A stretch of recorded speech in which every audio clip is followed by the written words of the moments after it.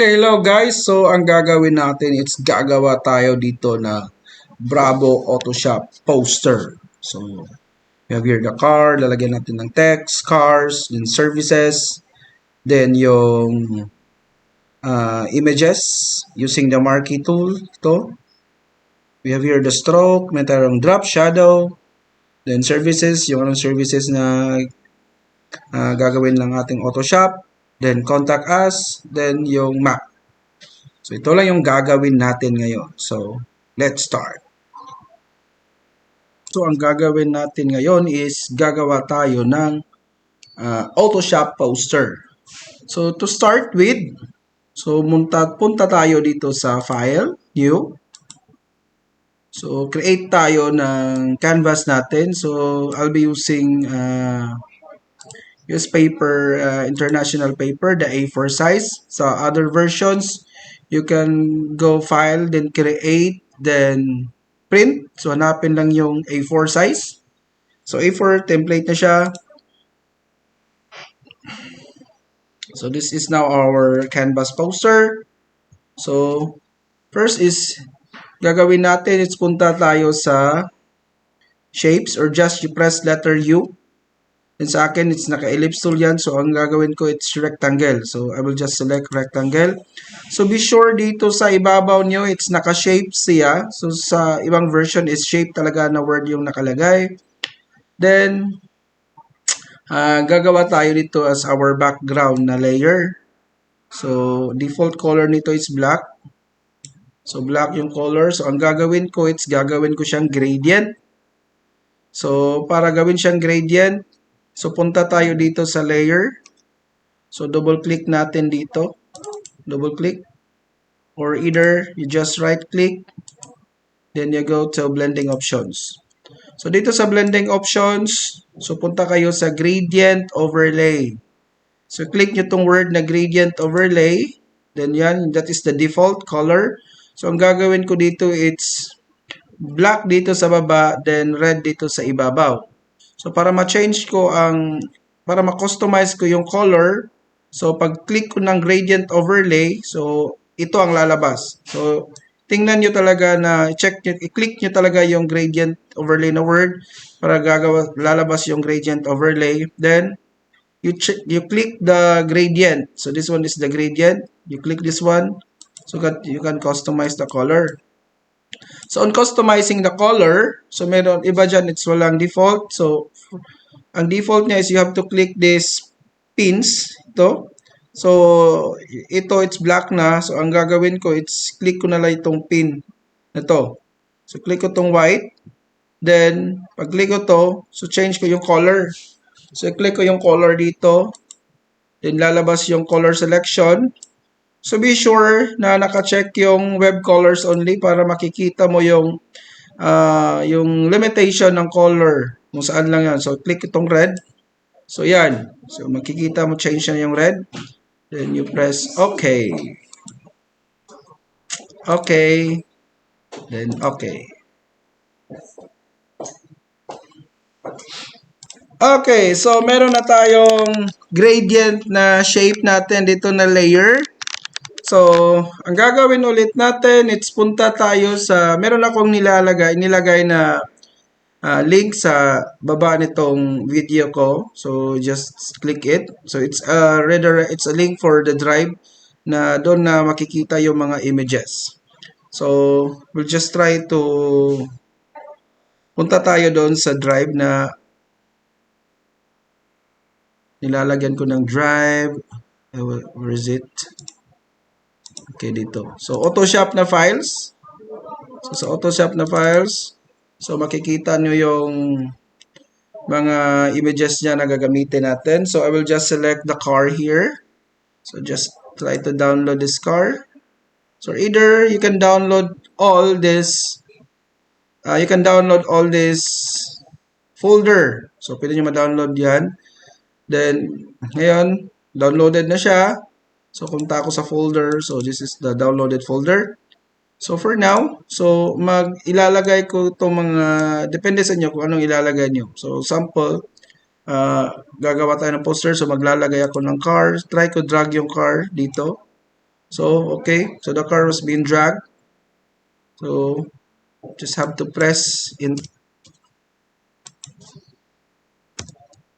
Okay, meron na tayong car. So, pwede mo yan paliitin din. So, pag paliitin mo yan, para makita, be sure you click this move tool or press letter V, Vine.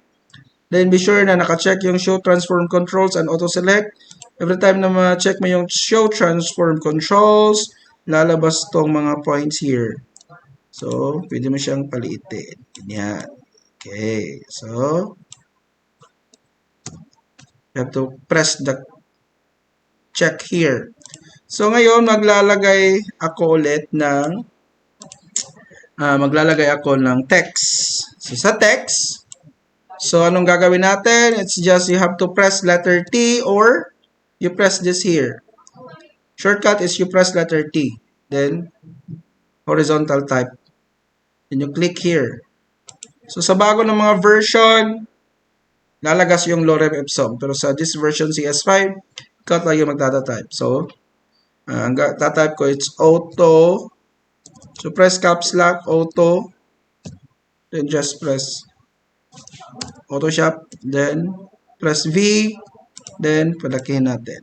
Okay. So, meron na tayong auto na word. So, pag-change ng font natin nito, so, change natin yung font style. So, just press letter T again. Then, click. Then, you press Control Apple or A. So, highlight nyo po lahat yan. Then, click natin. So, hanap tayo ng mga fonts na babagay. So, I will just select the Impact because Impact is a default na font sa Microsoft. So, Impact, which is Impact here, HI, Impact. Okay, ito na pong Impact. Okay. So, Impact. So, meron tayong Impact. So, kung titingnan nyo yan, so, palagay natin. Titingnan nyo yan. So, medyo malayo yung text. Then, gawin natin ulit, it's palapitin na itong text. Just have to select this one. So, text character. So, we can change the distance between. So, we'll just have to move to -5. So, lalapit yan. Then, kung gusto mo italize mo. Then, check mo yon. Okay. So, in changing the color, so, we'll just change letter. So, change natin into white. So, pag change natin into white, so, punta tayo dito ulit. Then, color overlay or you can select gradient. Check natin yung white natin. Gawin natin siyang white. Okay, meron na tayong white na font. So, nagawa natin, it's auto. Then, duplicate natin to na layer. So, just click duplicate layer. Okay. So, meron na tayong dyan. Then, so, press natin yung letter T.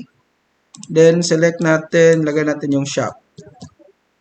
So, check here sa ibabaw. So, meron tayong auto shop here. So, kung titingnan nyo, yung auto shop natin, so, lagay natin dyan. So, control natin, paliit natin. Yung car, baba natin. Okay. So, we have here our auto shop.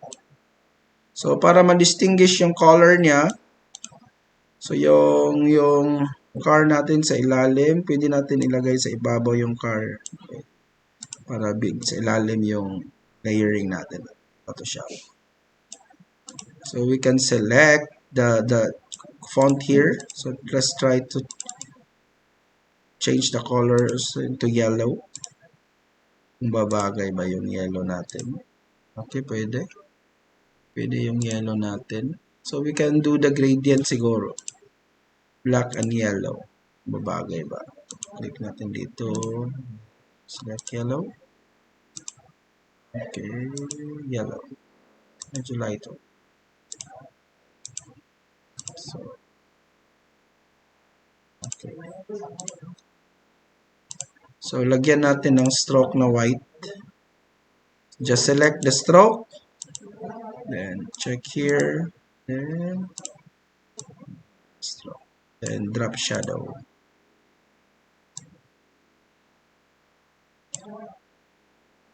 Okay, auto shadow. So, wala pa tayong name ng Photoshop. So, ang name natin ng ating Photoshop, lalagyan natin ng pangalan ng Bravo. So, ang ginawa ko lang is, so, I'll just press, shortcut for duplicate, you can use Control J or Alt. You just press Alt. So, ang gagawin ko, it's Control J or duplicate layer lang. Duplicate ko yung layer ng auto, then drag ko sa ibabaw, then press letter T, then highlight, then lang ako ng Bravo. Bravo Photoshop. Check natin. Okay. Bravo Photoshop. Then yung logo na ginawa natin, so pwede natin lagay na yon dito. Bravo Photoshop. Ayan. So taas natin. O dyan ang logo. Lagay natin yung Photoshop. The car. And the car itself. Then dito sa ibaba, so lagay na tayo ng services natin. So services. So you can duplicate the Bravo text. Duplicate layer. Then you drag pababa. So drag natin pababa. So type natin dito, it's the services offered or services offered ng Bravo. Services. So T, then services. So services, zoom, control plus natin. Then we can drag also. Ano ba yung services na ino-offer nila? Ino-offer ng ating, so pagpababa, first services natin, it's engine maintenance. Engine maintenance. Enter. Engine oil leak. Enter. Engine overheating. Next services, brake services.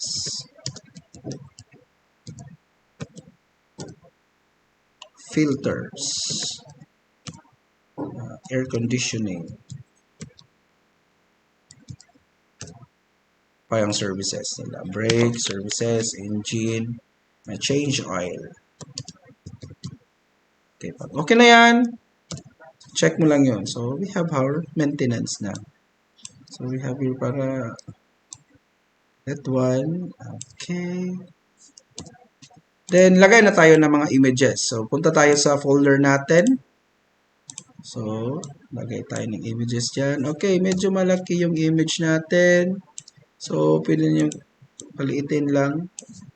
So, dito, ang gagawin natin, gagamitin na natin yung si Marquee. Si Marquee, you just press letter M.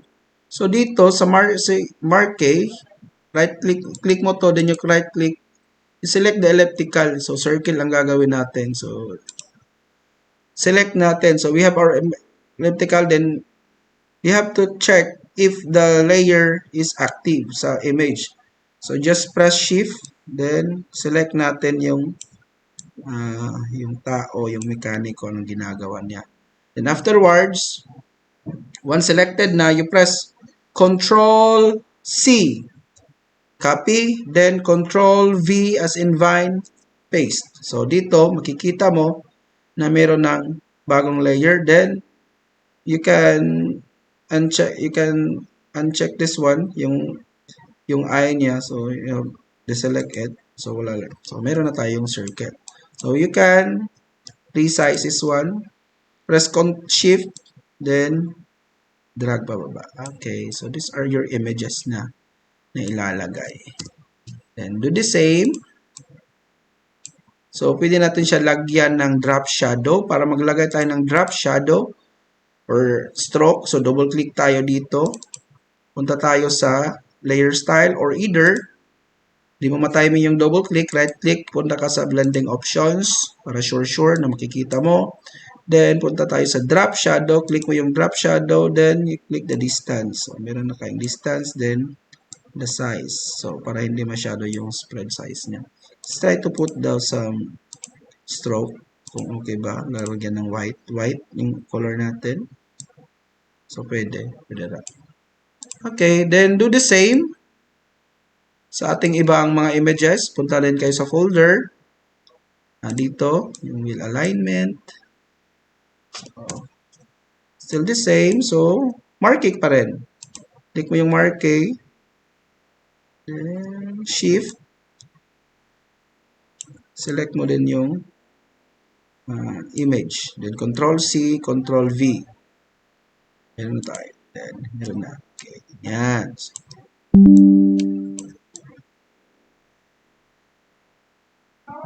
So, this arrow.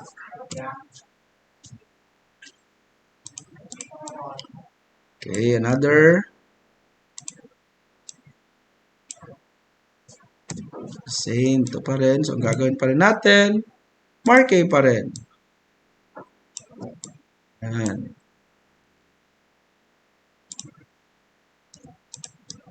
Yan.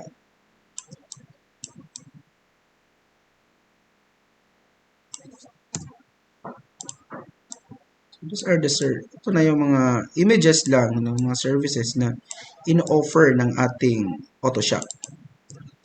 Then another, this one, try natin drag. Hindi pwede. This one. Okay, with alignment. So using the marquee again, then shift. A perfect circle yung gagawin. Then Control C, Control V. Then uncheck yung mata. Then ito.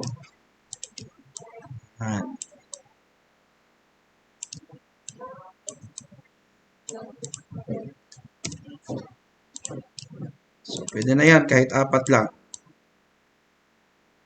Yan. Then, para lahat yung mga images natin na nilagay, it's malalagyan lahat. So, para mas madali.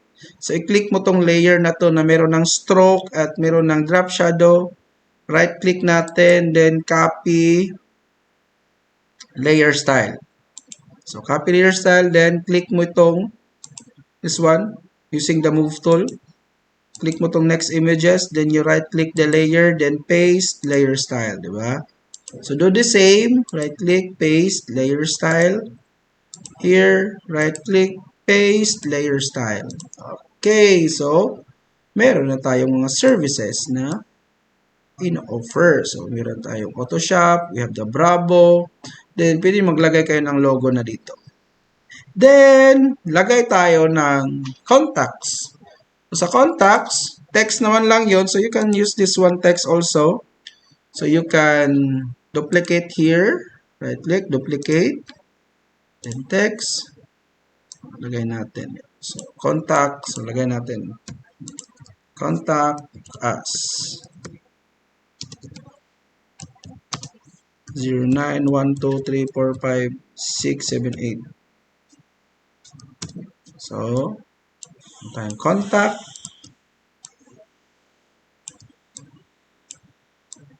Okay natin ito yung contact us. Yan. So, meron tayong detalye. Then, ang gagawin natin, it's gagawa tayo ng map. So, saan tayo located?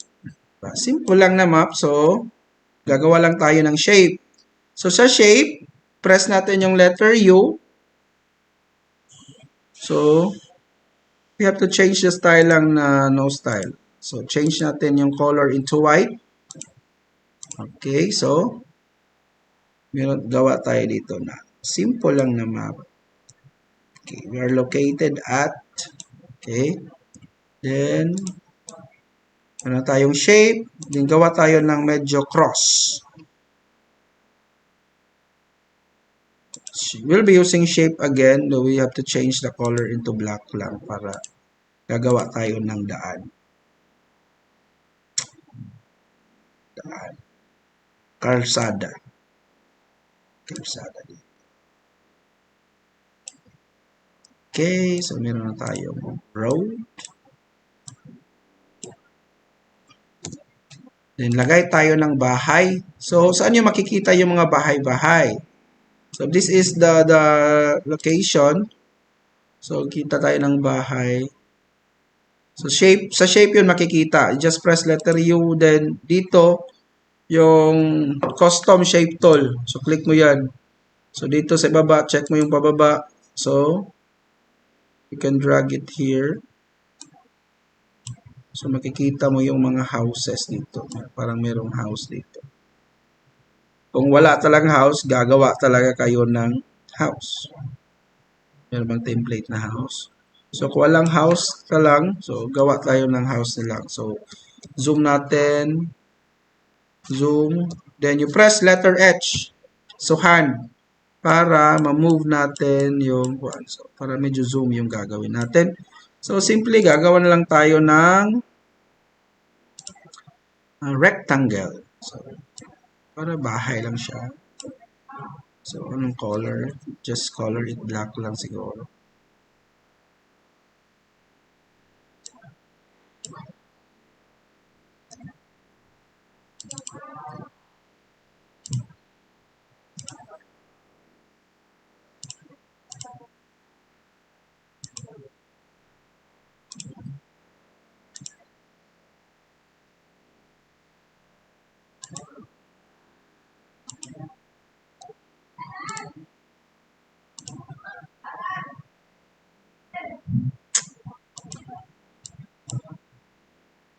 Okay, so meron tayong black dito.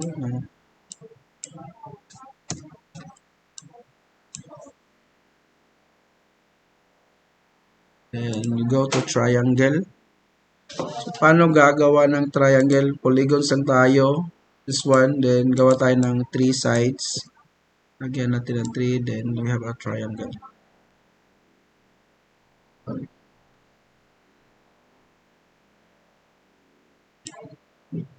Okay, so we change the,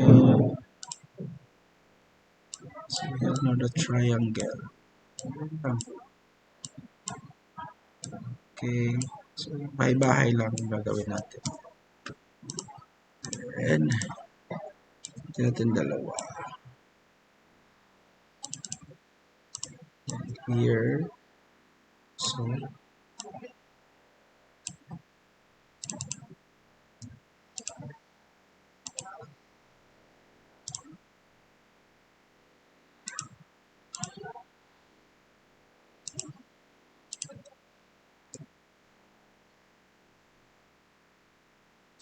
tayo na rectangle.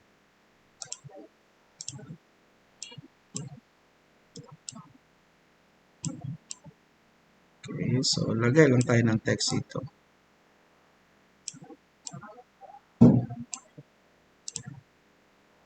So lagay tayo ng text.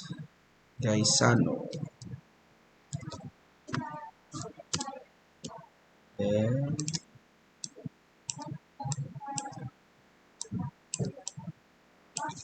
Then copy natin.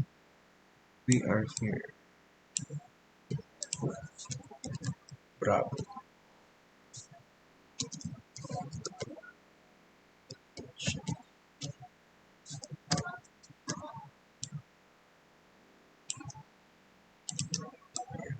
So, tayong palatandaan.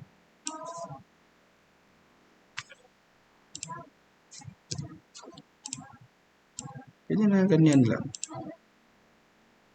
Pero meron lang guide yung customer natin saan tayo located. Ayan. Okay.